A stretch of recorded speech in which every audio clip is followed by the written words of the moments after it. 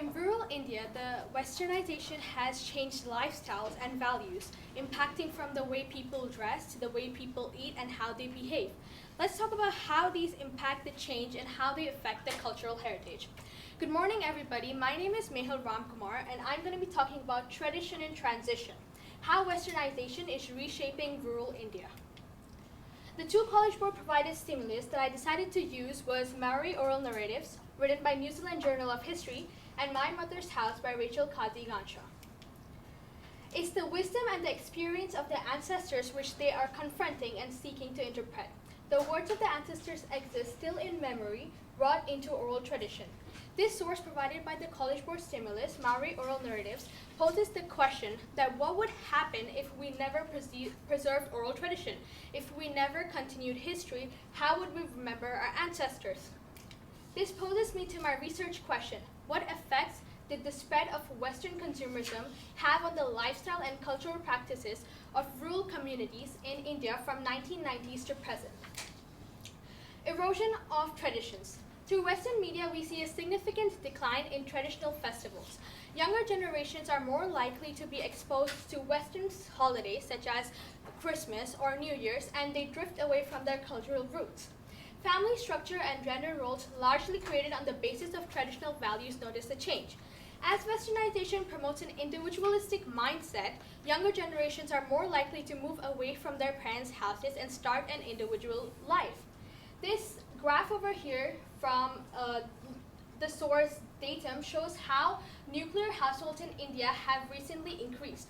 India is known to have joint families and live in larger groups, but in the past years, from 2016 to 2020, we noticed an increasing growth in nuclear households in India.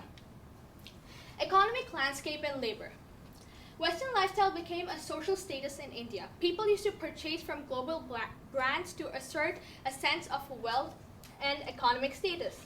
Greater economic struggles for rural artisans who were trying to keep up with these changing trends was created. Due to societal pressure, a lot of financial instability was created within families who tried to invest in global brands, but they couldn't really afford it.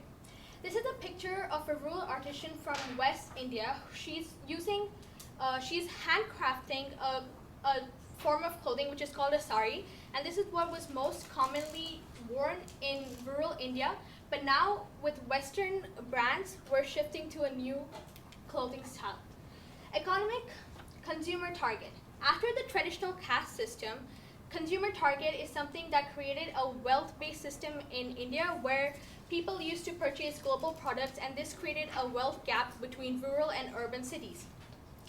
To create an economic gap between rural and urban India, it only promoted and advertised its content in English. Those who were educated and could afford an education were able to understand these advertisements and actually invest their money in these products, whereas those who didn't have the education or affordability to receive the education were left behind, creating a major economic gap. This is a graph from World Inequality Lab that shows in the past year, in 2024, that India's growing wealth inequality. As you can see over here, the bottom or the lower class in India has always remained in a constant trend of decreasing. They have never reached the level of the middle or top percent. Changes in the fashion industry. Indian clothing comprises of a unique blend of sophisticated but colorful flowy clothing. Western fashion has created a larger pathway for Indian fashion to grow and shine by taking inspiration from them. But when Western fashion takes inspiration from Indian fashion, they do not give it the credit that the rural artisans deserve. This creates a rift in the fashion industry. Over here, I'd like to show you, this is a traditional Indian clothing form called the lehenga. And if you notice, the kind of scarf that we wear called the dupatta is the same thing that you can see in Scandinavian dresses or Scandinavian scarves. But we've never been recognized to be taken inspiration from Indian clothing. Fast food evolution. Younger generation prefer to eat different cuisines rather than home-cooked meals. As different fast food brands grow and establish their food chains in India, younger generations tend to indulge in those kind of foods more. This has helped many fast food brands grow globally and economically, But the introduction of fast food companies in India also creates a cultural challenge. For example, when McDonald's was first introduced in India in 1991, it received a lot of controversy because McDonald's is known for having beef patties as their burger patties, but in India we consider cows holy. So it created a lot of controversy between whether we should entertain this brand or not. After that, McDonald's came up with multiple vegetarian options which grew them economically and as a brand, and today they're one of the leading food products in India. Over here we have a graph that proves my point that McDonald's has grown from 2013 to 2023 economically and has made over 22 billion Indian rupees in revenue in the past 2 years. Health impacts. As fast food grows and as fast food trends come into India, these cause rising health impacts in younger generations. According to the National Institute of India, health obesity in Indian population is around 41%, and it's significantly higher in women than men.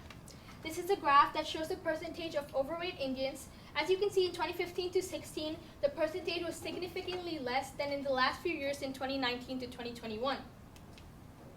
Medical expenses. Of course, health benefits will cause medical expenses, so as our health degrades, we also have to invest more in medical expenses.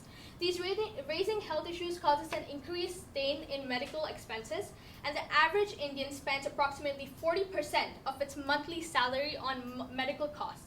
3,000 Indian rupees, or around $34 is spent to purchase medication, and this can impact the family significantly.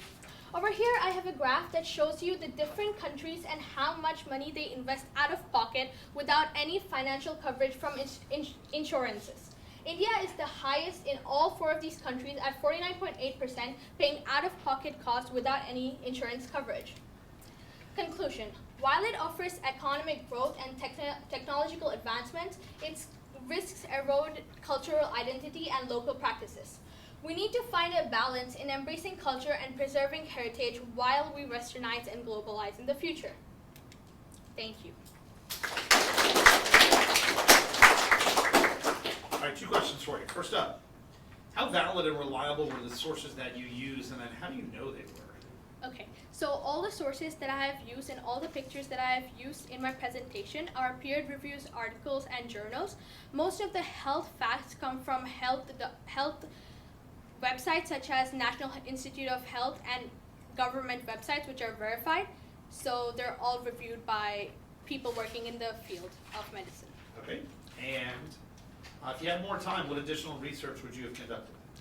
If I had more time, I would definitely do more research on the economic impacts of globalization.